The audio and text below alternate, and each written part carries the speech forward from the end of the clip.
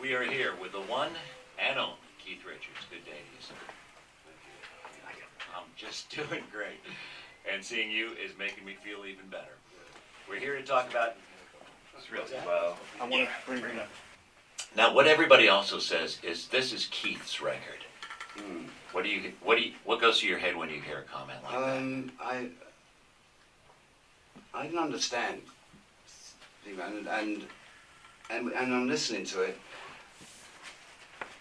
I can understand why people think so. I did put a lot of stuff in there, and I had pretty much free reign. But what I really have to say is that it's only other people that have that impression. From my point of view, it's a Rolling Stones record. And it's a team job. I mean, I remember us all down there doing it, and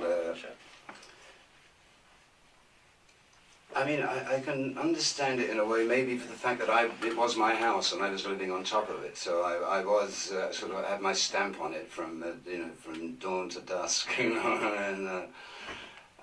in that way I can understand it. But really, it was as usual a great teamwork, good group job, The place you rented is called Villa Melcotte, Yeah. in the south of France, in Villefranche, in fact. And do you have memories, even this far back, of that house? Yeah, it was an incredible house. It just by itself is as a villa in the south of France, beautiful gardens, its own jetty, which I had a speedboat. We used to use that quite a lot. You had an old Italian wooden Riva, I believe. Riva, yeah. We used to go down to Monte Carlo or Italy for breakfast once we got out of the basement. In fact, some of the people were saying, "Don't let your kids get in the boat while Keith's driving." We made it. We didn't sink. I heard that the house was actually Gestapo headquarters during World War II, and that in the basement one could actually, in some of the heater vents, find swastikas. Is that true, or is that just a myth? It's true that it was the old chaps' HQ there, the boys in black. The old chaps. But and there was something about the staircase too, which was, although not overtly so, was very much a swastika design. But that could just be coincidence. I mean, we didn't see any chains hanging from the walls. There was no rack down there. It disappointed me. You said Exile is the first grunge record. What do you mean by that? I don't know if I said it. Probably because of the the conditions we were working in. Well, speaking of the conditions you were working in, Bill Wyman has a recollection of trying to do overdubs in the basement, and he says at the same time dogs were barking, kids were playing, people were eating, knives and forks were clanking about together, and there were goats and animals. It was a complete menagerie. And the more I read about the situation there, not having been there obviously, it occurred to me that this might be the come-to-life realization of the inside sleeve of Beggar's Banquet, which has all the Rolling Stones around this huge banquet table, and there are dogs and goats and kids and drink and smoke and food and everything. Is that a fair comparison? Yes, that's just a very good one, actually. Yeah. It was like that without the tights.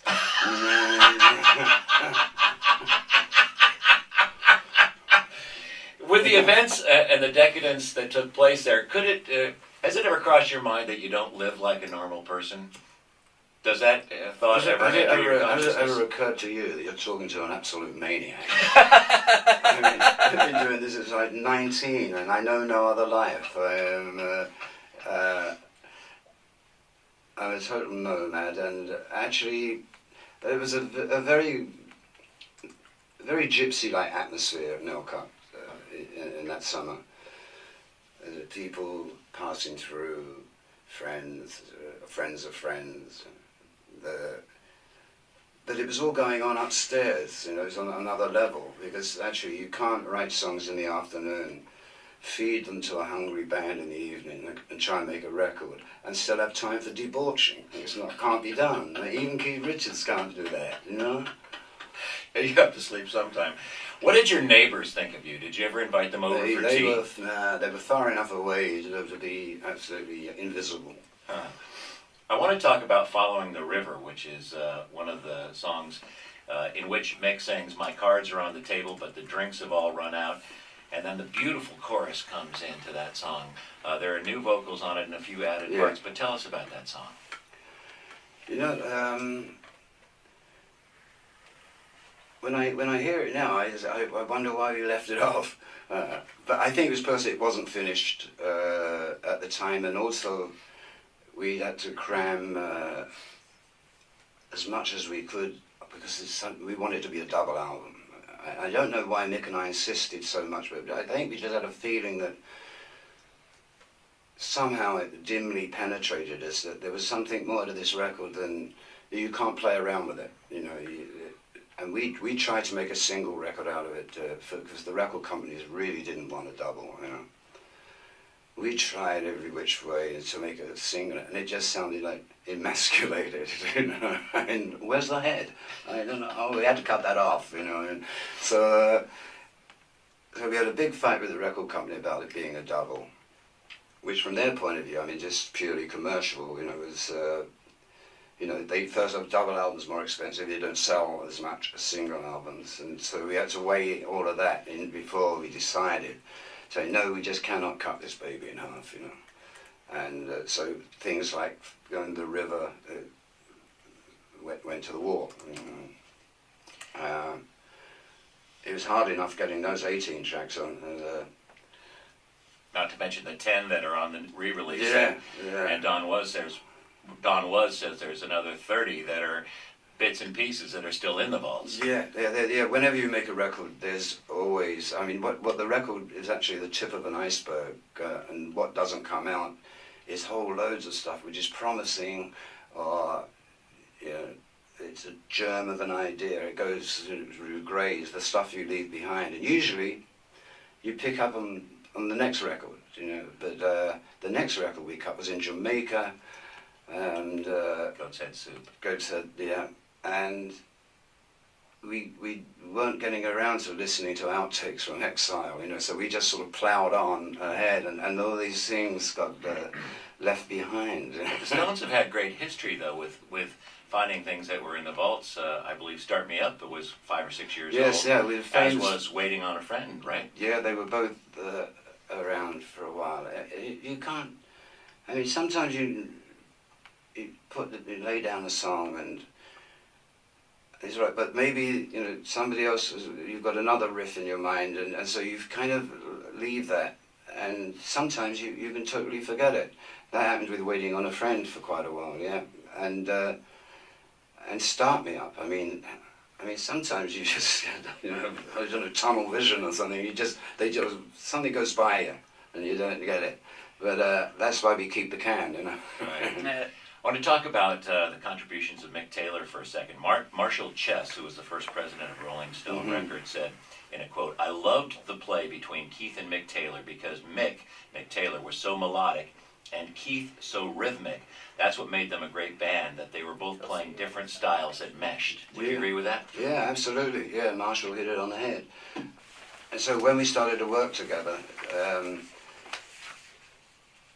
I figured I got to let this guy have his own space, you know. Whereas working with Brian, we used to cram guitars together, you know, more weaving, and there was no particular lead or rhythm. He both took over, and so working with Mick, you have to just develop a different way of playing. I mean, it's not really that hard to do. It's a few sessions of getting to know how the guy plays. And it's pretty simple, and I felt that what I've got to do with Mick Taylor is to lay down the solid rhythm, and just let the man fly on the top, you know. So there's a little more space in the guitar sounds with Mick Taylor, but lovely player. You said about Villa Nilcott, upstairs it was like the palace at Versailles, but downstairs the basement was like Dante's Inferno. Yeah, that's about it, yeah. And I understood that the heat and the humidity was such that the guitars would go out of tune halfway through a song, is that right? Yeah, sometimes they would.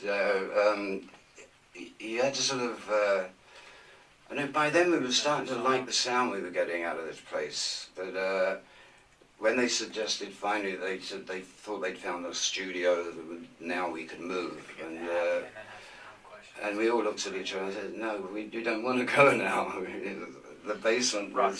too, he hasn't talked about. Oh, shit.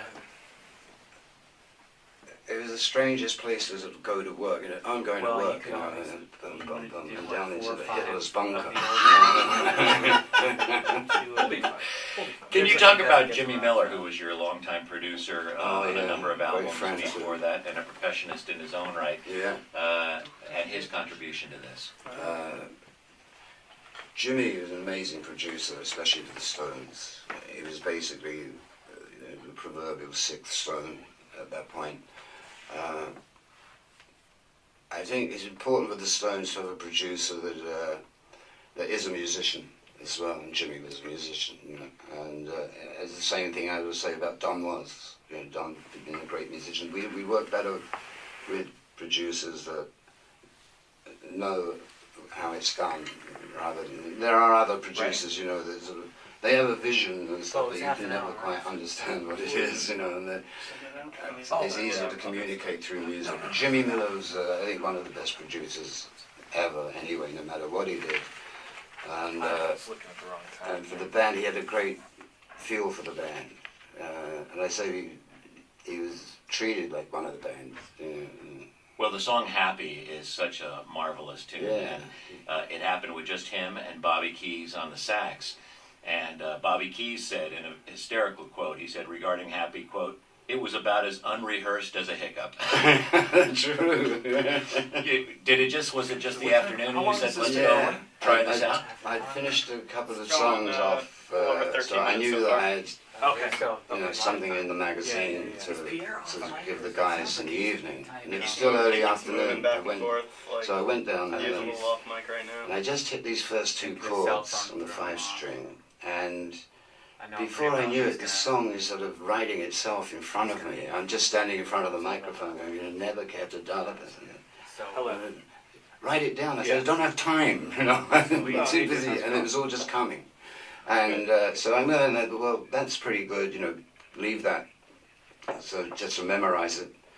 And so do it one more time, okay. So I start to play it again, Yeah, and you know, suddenly I hear actually, this baritone sax creeping in, and I can't see from where, you know, I'm too busy working. And it sounded great, you know, and then halfway through, suddenly these drums start kicking in. Yeah, yeah, Wow, definitely. everything's happening to me today, you know, and Okay, the great, words thanks. are coming, the song is coming, and the band has arrived. It was just Bobby and Jimmy came down, just had to have some fun, you know. The song's been compared to Cole Porter's I Get a Kick Out of You, and I've heard that there are bootleg tapes of you actually playing I Get a Kick Out of You Oh out there yeah, there somewhere. would be. Yeah, no doubt there is. It's a favourite little guitar exercise of mine. I play it a lot different from Cole Porter. How did Happy go down on the 72 tour?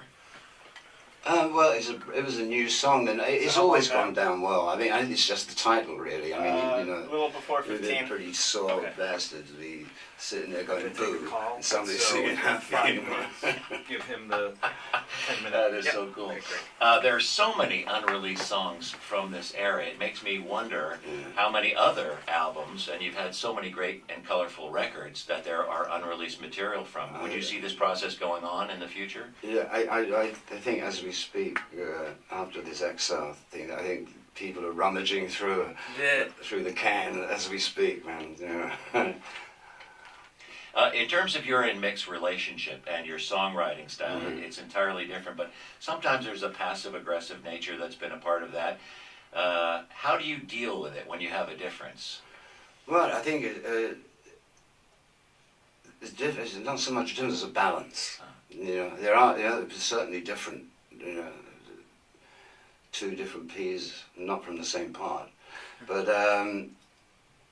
I think it is exactly the chemistry between Mick and me. I mean, that we're not on the same, totally the same level. Otherwise, you get no movement. You know, I think it's the matter of the balance or imbalance, if you like, that and trying to find a balance, which we always do. But you know, we work a lot apart because we don't see each other a lot when we're not working. You know, so really, it's quite interesting when we do get together. got any songs? You know, come on, show us one. You know. Well, there's a great story on Rocks Off on the record where Andy Johns, you guys had worked till 5 in the morning. Andy Johns drives his half an hour to hit the place he's staying at. He's the recording engineer. Yeah. He sees that you've crashed, and he figures the session's over. He gets there only to get a phone call from you saying, "Where the hell are you? Get back here!" And you had a part that you needed to add to Rocks Off. Is that right? Yeah, that's right. Yeah, there's everybody's on call, maybe. You know, when we're making records. Well, he said, and Andy Johns said, "Thank God he did that because whatever part you put on it was brilliant." Yeah, I know. I can't remember the exact day, but I mean, I remember the feeling of turning around saying, "I've got to put this part on right now."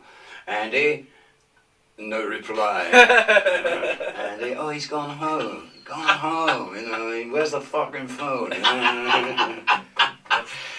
In the deluxe package of this re-release, there's going to be 47 some and a half. footage from the 72 Or, tour, 17 and a the half, Exile tour, and I saw a scene of it where you were in your hotel room and you actually walk out on the balcony with a television set and throw it over the edge with Bobby Keys. Yeah. with Bobby Keys, who was quite the troublemaker anyway. And I don't know if that was an early premonition of what would come with a baboon cage later on in the years on tour with you guys. Well, yeah, who knows? I mean, that's when you know you got road fever, when you start throwing TVs out of the window just for fun. You know, well, how long we've been working, Bobby? You know, like, it's about 1.5 years now. No, okay, time to throw a TV. Did you ever hang with Keith Moon or John Bonham? Because you seem cut from a similar cloth. John Bonham, no, I barely knew. Keith Moon, I knew Mooney pretty well, yeah, he's a nut. Yeah. The world's a better off place without him.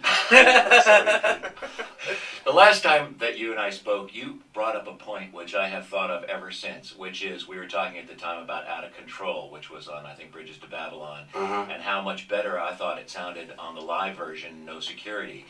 And you can reference a lot of songs here on the re-releases. You can see their earlier versions, Loving Cup and Tumblin' Dice, and see how they grow. But your point was, you have to remember that when you get in the studio and you make the song, that's the first the band even knows it. Exactly. And then it has this whole life outside of that. Yeah. And like it with Loving Cup, a great example of that is, having been written all that time ago, but a couple of years ago here in New York, you guys played the Beacon, and Jack White came out and sang that song, and it had grown, it had taken on this other life, and it's a really a cool point that I think a lot of people miss. Yeah, things grow, you know, I mean, like Exile. I mean, I never expected to be at the Museum of Modern Art. Last night there was a we premiere can't- for the yeah, film yeah. in the Museum of Modern Art. I thought to myself to the record, well, come a long way, boy. You know? It's going pretty well. He's, And there was one point where Mick, you once said, was kind of afraid that the Rolling Stones might turn into some kind of nostalgia. But you said, in a quote, "I see the Rolling Stones on the cutting edge of growing this music up." And I think that really plays into the last thing we were just talking about. Because when you see this band live, you haven't toured for a couple of years, but I am floored by how you're able to make even a 30-year-old song sound like it came off the presses that moment. It's that fresh, it's that vital. There's no going through the motions, in other words. I get you. You know, songs are amazing things. To me, I really sort of don't even like to call it, say, I wrote this, I created this, because I really feel like you're more of a transmitter than anything. Songs, quite honestly, there's songs zooming through this room right now. All you got to do is catch them, you know. And so what I do is sit down at a piano or pick up a guitar and play some Buddy Holly songs or whatever, you know, and Otis Redding on pianos, and then after about 20 minutes, if you get lucky, suddenly something starts to drift in on its own, you know, that you didn't intend, and that's when you know that incoming, and you grab hold of that little tail and start, and suddenly there's a song before your eyes. To me, it's a miracle, you know. I mean, I don't slave at this. I sit and watch it and wonder, you know, and all I do, there it is, and I polish it a bit, make it look fit for human consumption, and then I transmit it. Off you go. And if that's a sort of timeless thing about it. Even Satisfaction came to you that way, didn't it? Like in a hotel room In one a night? dream, yeah. I was actually in my apartment. I had a brand new high-tech, those days, cassette player. They were only just come on the market now. I put in a fresh tape, just in case, and next to the bed there, I put the guitar at the foot of the bed, and I said, right, I'm going to go to sleep. When I wake up the next morning, I just happen to glance at the cassette, and it's run all the way to the end. Maybe I, put my hand out in the night and hit the fast forward or something. And then I notice that the guitar is now next to me, and he's got it. I'm sleeping with my guitar now, and so I push rewind all the way back. And there enough, there's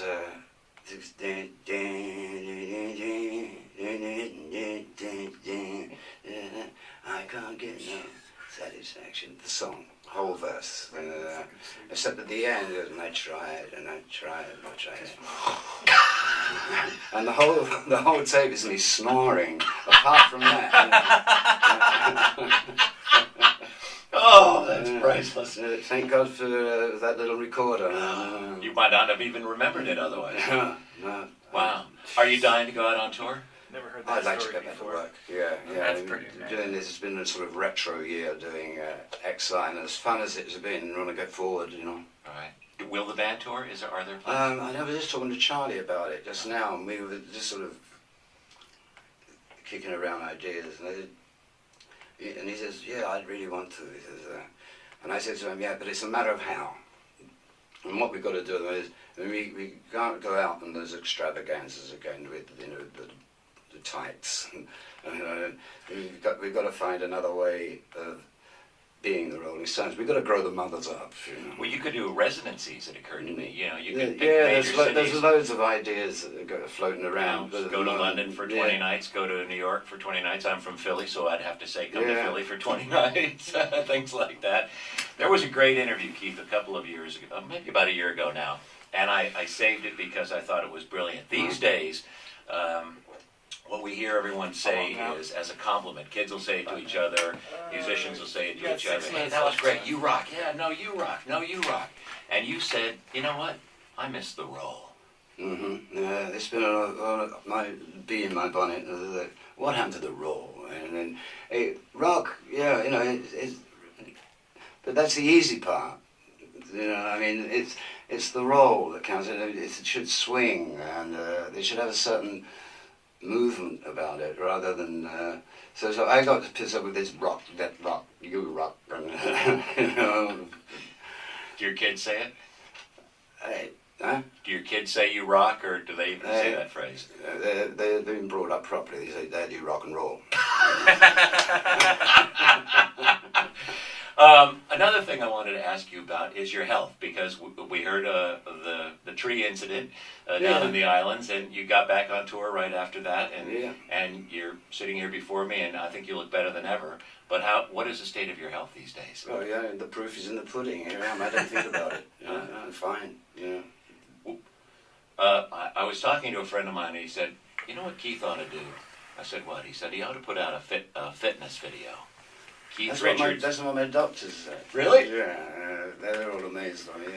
They want me to leave my body to science, but I'm afraid I'll turn them down. But think about it, a Keith Richards fitness video, because you've beaten all the odds on every level there is of measuring odds. You get a screen full of me lying around on the couch, maybe strumming a guitar or not.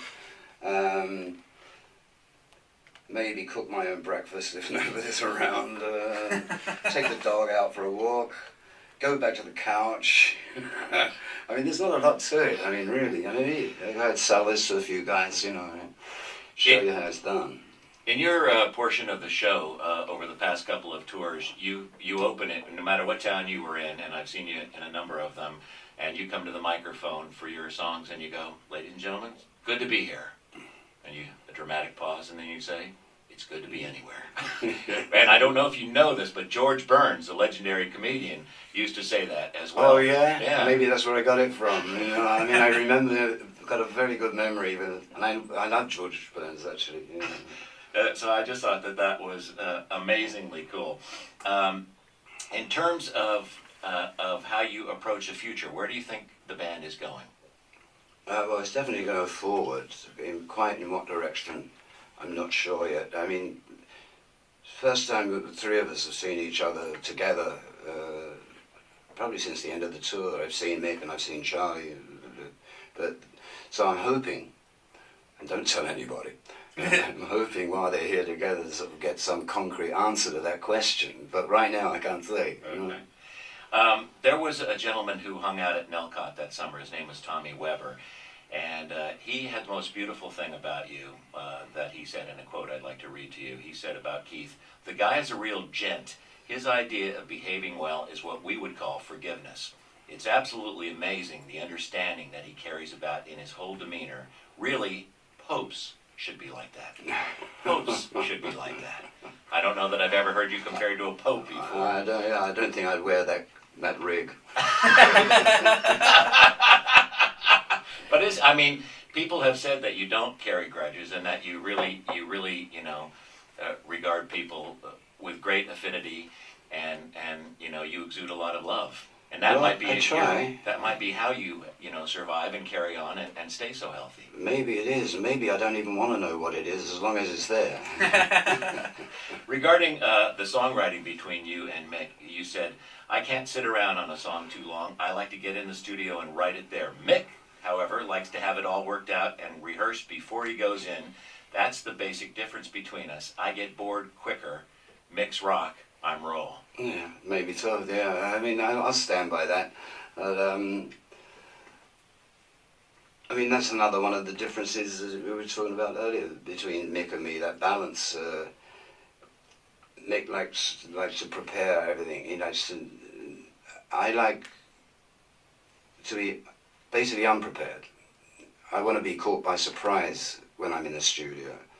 I want to not know everything that I'm doing, because then, to me, the way I work, I find other things that are better than if I'd have sat around. And it saves a lot of paper. Is there a favorite song from Exile that you have? Oh, that's a rough one. It's always hard to pick one. I do love Tumbling Dice. Absolutely. I'm happy too. Then I can go on and on. Torn and Frayed. I just love Yeah. Torn and Frayed. I like that one too. And Shine a Light. Taj Mahal was on TV the other night on Jimmy I Fallon. saw him last night.